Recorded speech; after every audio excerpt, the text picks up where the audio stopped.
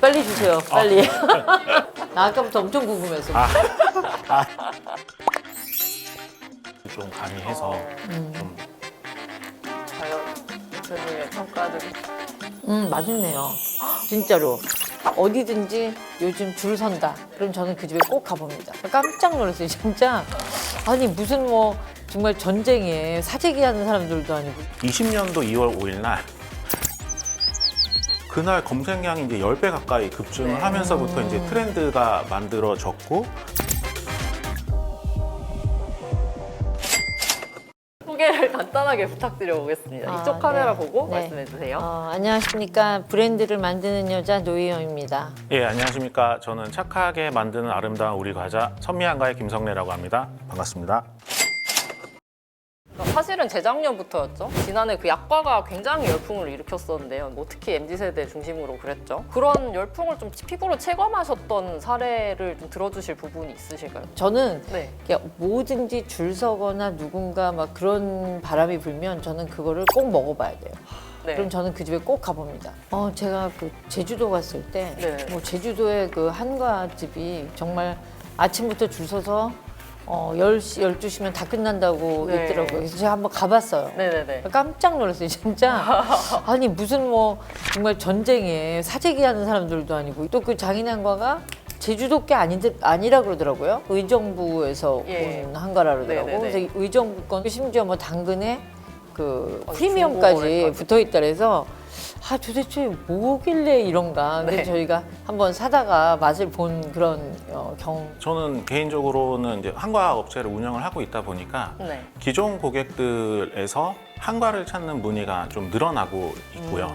대기업에서 SPC 같은 곳에서도 이제 약과를 진출을 하기도 하고, 맞습니다. 그러니까 그런 게 보면은 굉장히 고무적인 거죠. 반면에 또 개인 베이커리 차원에서는 네네. 굉장한 약과 파생 상품들, 굉장히 뭐 휘낭시에, 약과 쿠키 등등등의 이러한 다양한 품목들이 나오는 걸 보고 이제 좀 열풍을 이제 체감을 하고 있고, 약과랑 티켓팅을 합쳐서 약캐팅이란 용어가 나올 정도로 열풍을 일으켰는데 주요한 이유는 뭐라고 생각하실까요? 사실 그게 아주 큰 그 투자는 아니잖아요. 네. 요즘 그 MZ 세대들이 맛있는 걸 나눌 수 있고 이런 즐거움을 아는 것 같아요. 그래서 요즘 저희는 보면 굉장히 긍정적인 세대가 왔구나 이런 생각도 합니다.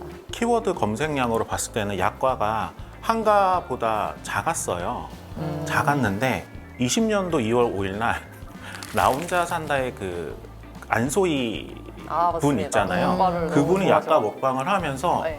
그날 검색량이 이제 10배 가까이 급증을 네. 하면서부터 이제 트렌드가 만들어졌고, 그러면서 한 2년 뒤에 이제 여수 언니의 약과 먹방, 뭐라 그럴까, 드리븐하는 쪽에서 이렇게 하면 받아주는 MZ 세대들이 호응을 했는데, 네. 그럼 MZ 세대들이 왜 이렇게 호응을 했었을까? 우연히 기사를 보다가 2030하고 5060의 간식 트렌드가 바뀌었다라는 기사였어요. 18년도에 옥션에서. 네. 그래서 5060이 이제 서양식 디저트를 찾고 2030이 이제 전통 뻥튀기 이런 거를 찾는다라는 거였는데, 이 젊은 친구들한테는 서양식 디저트가 약간 기본템처럼 되었고, 이제 어르신들이 먹었던 전통 간식이 상대적으로 이제 새롭게 느껴졌고, 5060 세대에서는 또 그 반대로 되었다라는.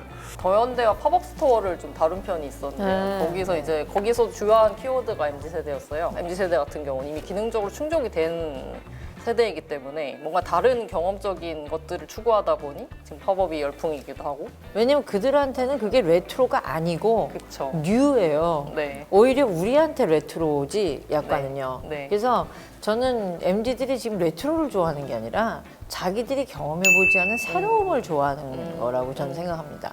아까 그 말처럼 경험이 네. 너무 이미 음. 너무 많은 충족을 시켰기 때문에 오히려 네. 그 다른 선을 가기 위해서 이제 레트로로 간다는 것이죠.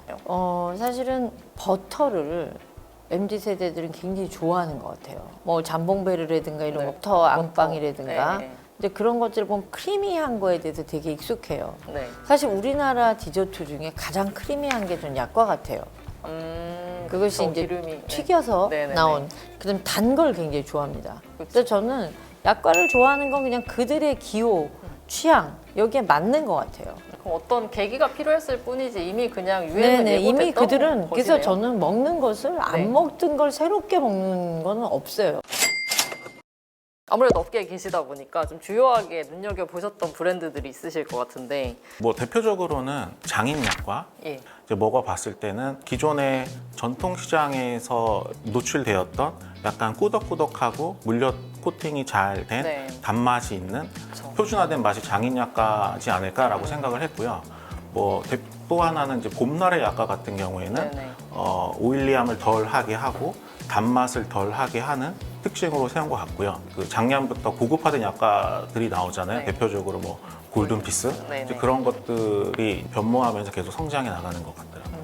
그렇다면 선미향과 약과의 제일 큰 라이벌은 그 중에 어디일까요? 아, 네.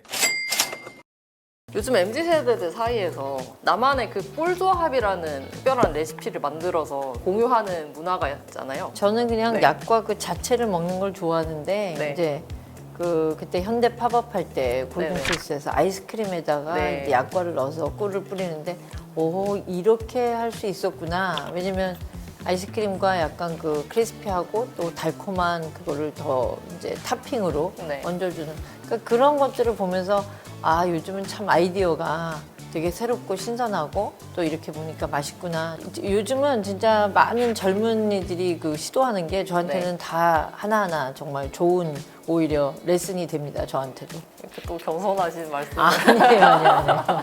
지금 김성래 대표님께서도 뭔가 재미있는 조합의 레시피가 있으실지? 뭐 아무래도 약과가 달기 때문에 단 것을 좀 싫어하시는 분들이면 뭐 플레인 요거트나 그린 요거트라든지 아니면 뭐 그냥 대중적인 커피나 홍차랑 곁들이면 예, 좋은 것 같더라고요. 근데 요즘 MZ세대들은 이렇게 네.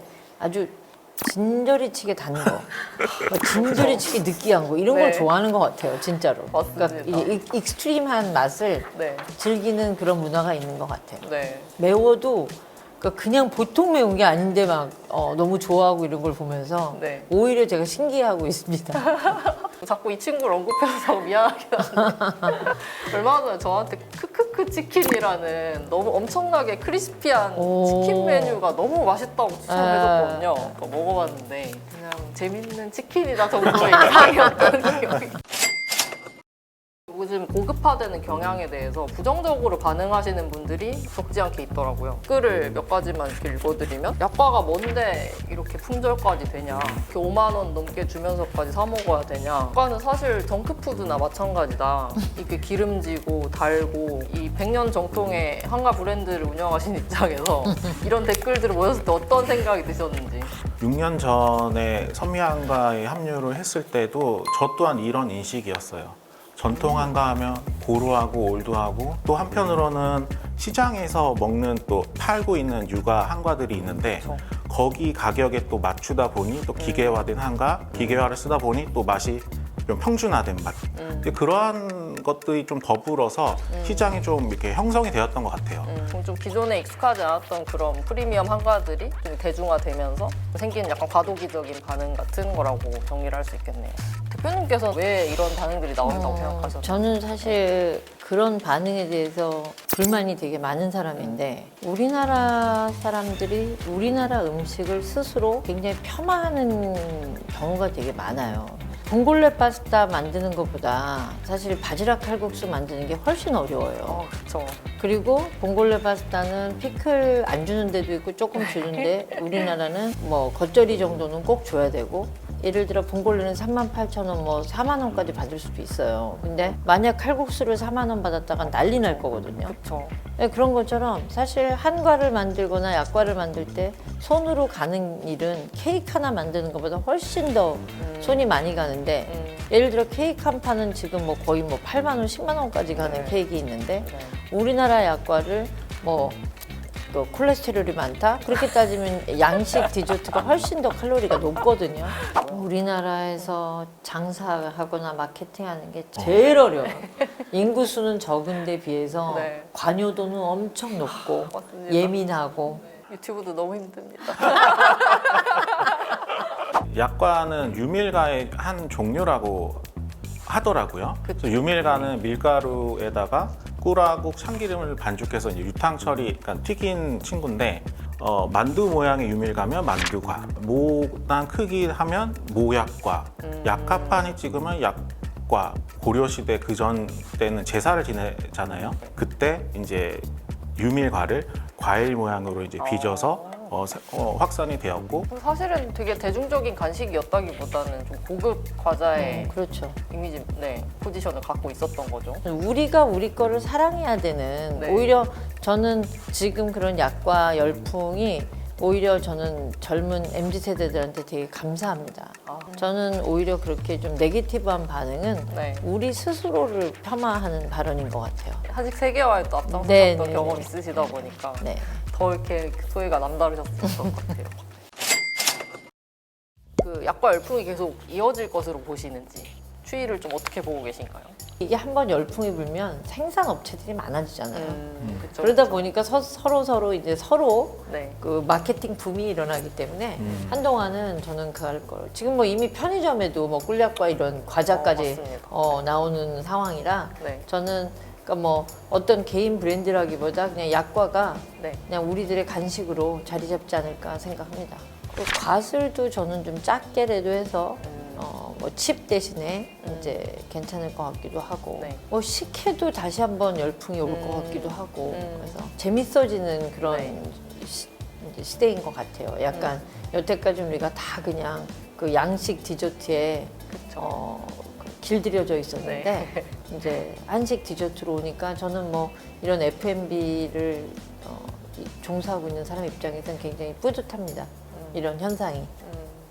아무래도 약과가 한과이다 보니까 좀 한과 품목으로 좀 네. 관심이 조금 더 있었으면 하는 저의 개인적 바람이고 물론 그쵸. 거기에 후발 주자들로는 네. 뭐 개성주악이라든지 양갱 혹은 강정 같은 경우에는 요즘에는 저희 이렇게 한과 시장에서는 그 영양바 형태로 마케팅을 해서 많이 이렇게 판매를 하고 있거든요.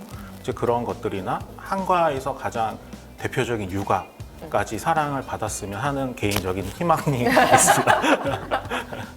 예, 해외 진출을 시도를 하고 있죠. 주로 미국으로 나가고 있고요. 사실 또 한국 음식을 먹으면 한국 디저트가 오게 되고 지금 뭐 어떻게 이렇게까지 열풍이 불까 할 정도로 뭐 뉴욕에 지금 거의 미슐린은 한국 음식이 다 휩쓸 정도니까